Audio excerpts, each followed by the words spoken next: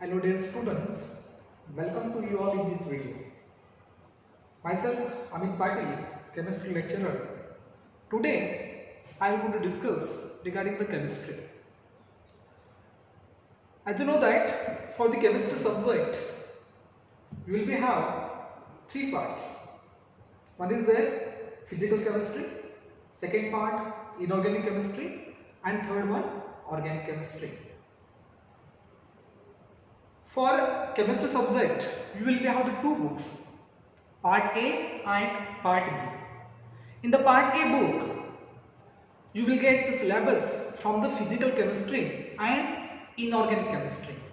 And in the part B, you will have the syllabus for the organic chemistry.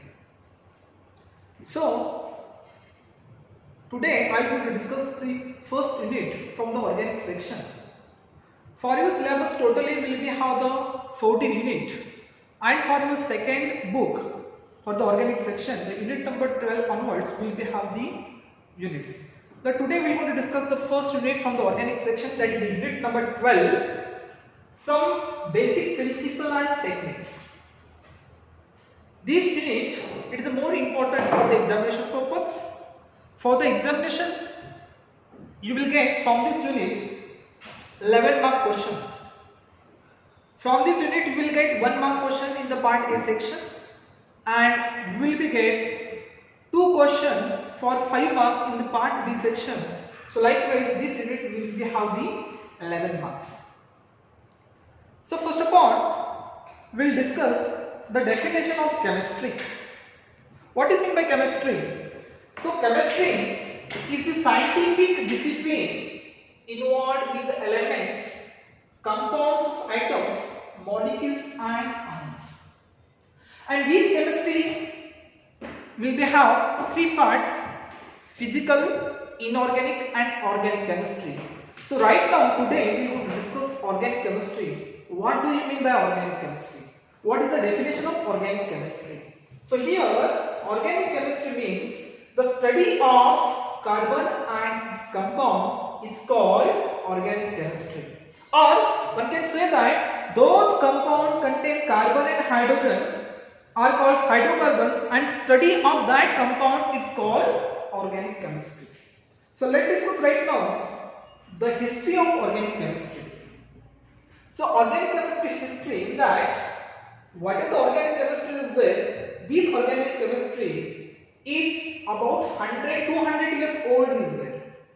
So in the year 1718, the chemists began to distinguish inorganic and organic section. And there, what is the organic compound is there? That organic compound is obtained from plants and animals, or it is derived from plants and animals. And whatever the inorganic compound is there, that inorganic compound is derived from mineral source.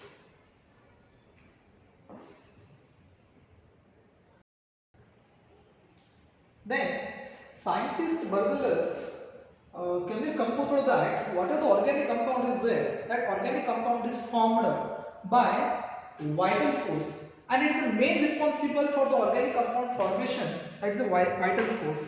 And then whatever the Berthelus discovery suggested that what is the notion? What is the notion? Organic compound is formed by vital force. It is the responsible vital force, and that notion it is rejected in the year 1828. And scientist F. Fuller he has synthesized the organic compound from inorganic compound from ammonium cyanide in the lab. So this is the first compound in the organic chemistry, organic compound synthesized in the lab from inorganic compound, that is the ammonium cyanide. So whatever the ammonium cyanide is there, inorganic compound is heated and it gives urea as a compound. This is the first compound who has synthesized organic compound in the lab. And then in the year 1845, the compound acetic acid is synthesized by scientist Pulse, and methane is synthesized in the year 1856 by scientist Berthold. So what are the sources of the organic compound? So source of the organic compound is plants, animals, petroleum and coals. So regarding the application part of the organic chemistry, organic compound plays a very vital role in the day-to-day life. So we are going to use this organic compound in the medical field, in the agriculture field as a fertilizer, and medical field to prepare the medicine, and so and so. So such a big application part is there in the organic chemistry. So let's discuss right now the next point from your syllabus, that is tetravalency of carbon atom. So first point we are going to discuss what is meant by tetravalency. So the tetravalency means the phenomenon of carbon atom to form 4 covalent bond with other atom. It's called tetravalent. Then what do you mean by valency? So valency means the number of electrons that an atom uses in bonding. Means around the atom the number of electrons required to bind that atom, that is called valency. So next point we will discuss catenation. That is meant by catenation. So what is the carbon atom is there? That basically carbon atom it is in the form of tetravalent. Means around the carbon atom we require 4 electrons to bind that other atom. So these unique properties there, only one atom towards the carbon, that is called catenation. So what is meant by catenation? The ability of carbon atom to form covalent bonds with other carbon atom is called catenation. And due to this catenation property, what is the carbon compound is there that can form in the straight chain, that is in the form of the linear form, or maybe in the form of the branch form, or maybe you will get in the compound form of carbon-carbon single bond, compound having carbon-carbon double bond, or carbon-carbon triple bond.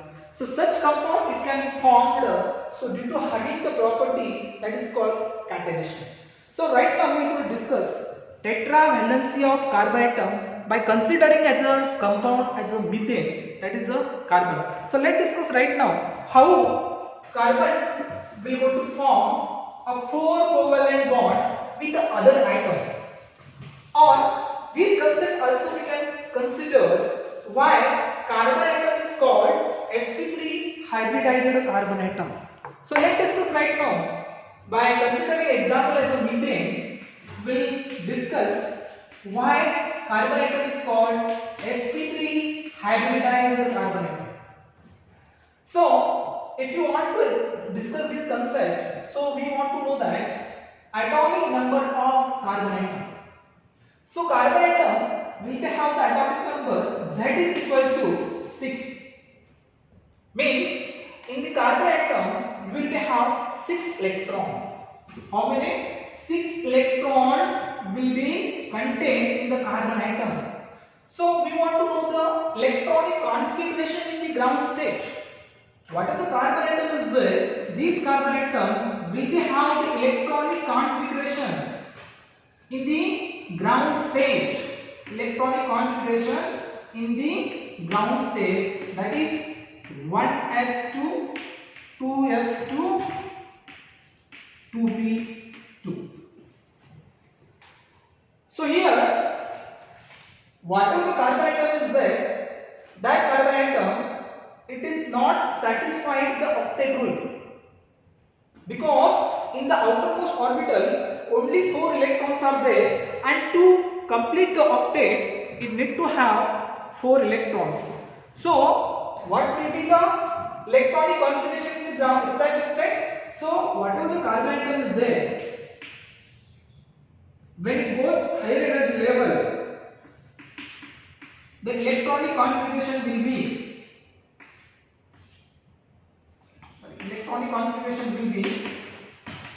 1s2, 2s1, 2p3. So what happens in this case? When carbon atom goes to the excited level, one of the 2s electron is promoted, it's shifted to the 2p orbital.